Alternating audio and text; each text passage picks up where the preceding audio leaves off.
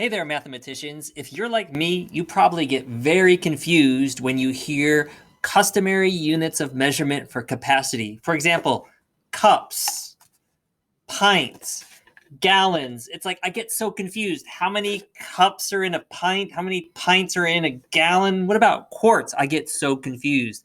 So I'm going to ask my good friend, Miss McClinton, who is a wonderful math teacher, to help explain how she teaches customary units of measurement for capacity. And I think you'll really enjoy it. For me, I actually use it to this day, even as a grown adult. I still use Miss McClinton's little trick here. So check it out.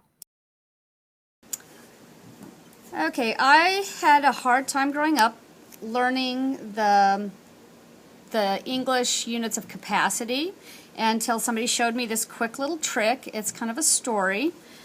You start with, once upon a time, there was the kingdom of gallon. So you make this big G like this. And in the kingdom of gallon, there were 4 queens.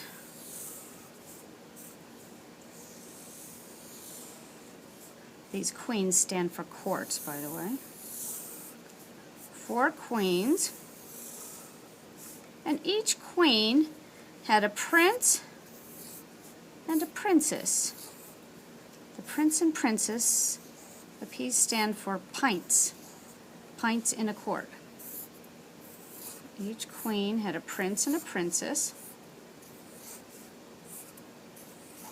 And each prince and princess had 2 golden cups.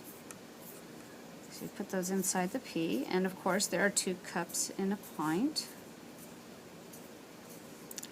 And that's the silly story. The kingdom of gallon with 4 queens. Each one had a prince and a princess, and each one of the prince and princesses had 2 golden cups. So if you look at this, you can already see, if you want to know how many pints are in 3 quarts, well, you'd look at 3 queens and go 1, 2, 3, 4, 5, 6. So it's a good way to look at converting how many of something, how many pints or quarts or cups in something else. And of course, if you get more gallons, you would just draw another picture or imagine another picture. But hopefully this will help you. It's a good visual for me to help me understand how many of certain measurements of capacity in other measurements of capacity. Enjoy.